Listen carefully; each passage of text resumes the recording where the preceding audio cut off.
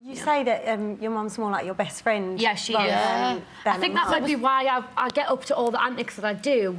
And I don't really think twice about it because I know that nothing really shocks me, Mum. Like, we're just friends and she trusts us. Yeah, like she says in the book, I'm a very open-minded woman. Everybody's got different, like, you know, like how they bring the children up. And I'm very open. Free-range parenting. I don't know if it's a northern thing, but... You let her do her own thing, basically. Yeah, but I feel because of that, when I was growing up, I feel like because she wasn't as strict, that I wasn't as bad as a lot of the kids in school. Like, they'd rebel and go out and drink and do all sorts, and I was kind of the good one, and I think it's because she didn't really... She wasn't strict and suffocated. You up with it later on. Yeah. I definitely did.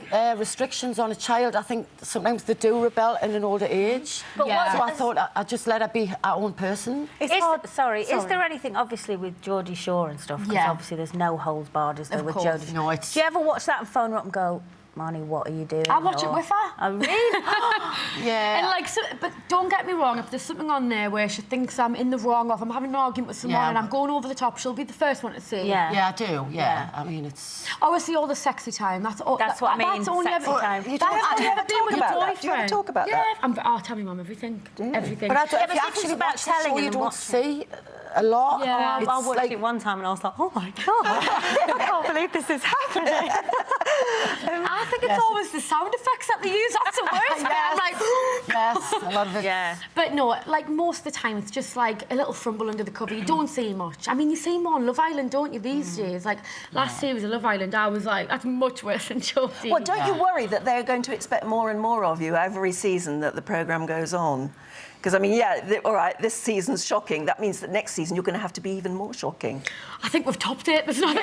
we can't do much more. Is it hard to receive... I think for me, more so what type of person she is inside and how she treats others is more than what you see on TV, you know what I mean? So it's a different person what she's really like. Than to what you watch on Geordie Shore. That's a complete... She's loving, sensitive, and people don't see that part of her. Yeah.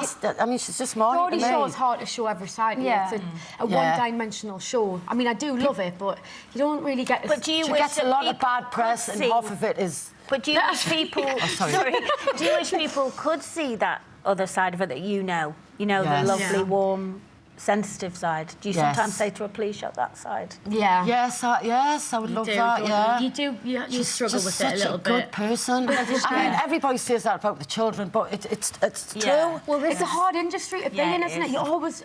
Like, I'm always getting myself in trouble without even meaning to, and I'm like, what am I even doing wrong? Like, words will be twisted and things will be said that aren't true. This is sort of partly why you wanted to do the book, actually, in many respects, because you wanted that side of you to come across. I wanted people to see that part of her, you know, like who she really is. In the book, it's certainly not talking about just being a Geordie Shore and all the rest of it constantly. It's actually a lot of quite deep things that you've gone through in your life. You talk about having had a termination when you were young. You talk about suffering with body dysmorphia still. I'm looking at you now, this beautiful young woman, and you don't see what we're seeing. And you say you struggle with that. I'm a lot better now. I mean, I think it was the beginning of last year when I went and seen someone about the body dysmorphia, and it was just really difficult because I was like, what the hell's wrong with us? I would constantly want to change myself, and I'd look in the mirror and I'd pull myself apart, and it'd get to the point where I wouldn't even want to go out with me mates. So you said that came after you went being in the Geordie public eye, yes, before that, I was quite confident, and I used to be... press. I used to be happy going out with all my friends. It's cruel people as well. It is. It's all the trolls. The trolls are just... They really get you down. And I do think that... I don't read the comments anymore. The Geordie girls get...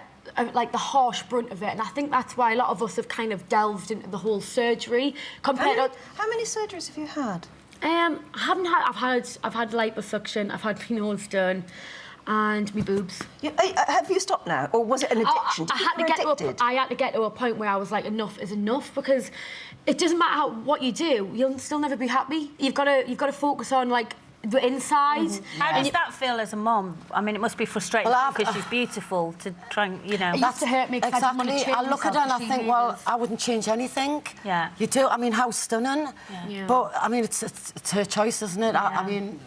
That's what can I say? Marnie's going to do what she's going to do. But I've told her ever since she was little, stunningly. I think I've told her every day. I know how beautiful she is and believe in yourself. So she's a big supporter. That's her choice, not... Well, Marnie, you have something that you want to share with your mum, I believe. And this is entirely your call. We've no idea what this is. It's a little... Right, so I've wrote...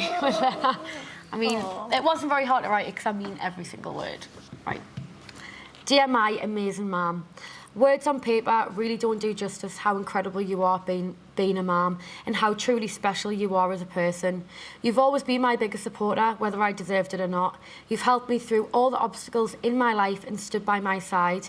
You're my bestest friend in the whole wide world, and God only knows what I did to deserve you.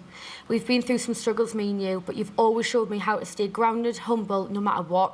It's because of you, Mum, I chase my dreams and believe I can achieve them. Mum, you're a kind face and caring woman. I'm a very lucky girl and I wouldn't change a single thing in the last 25 years. I don't care what anyone else thinks. Our bond is like no other and you are one in a million. I want to say thank you for everything. Love you forever and always, Marnie. Oh,